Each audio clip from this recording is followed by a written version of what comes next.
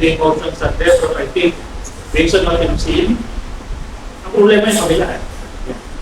Sila itong gumagawa ng mga provocative moves natin. Sila yung gumagawa ng escalation. Tayo, pare-pareho tayo natin. Tayo, essentially, nag-react tayo. And in many ways, bibigyan na natin sila for so many years. Kaya sila yung nangyayang. So, the possibility of miscalculation is there, possibility of provocation is there, not because of us. I want to make that clear, hindi dahil sa atin, hindi dahil sa atin. Palibin niyo po makarating sa kabilang side yung strong message ng Pangulo nung sinabi kapag may namatay na Pilipino, different body. Iba na po sa akin.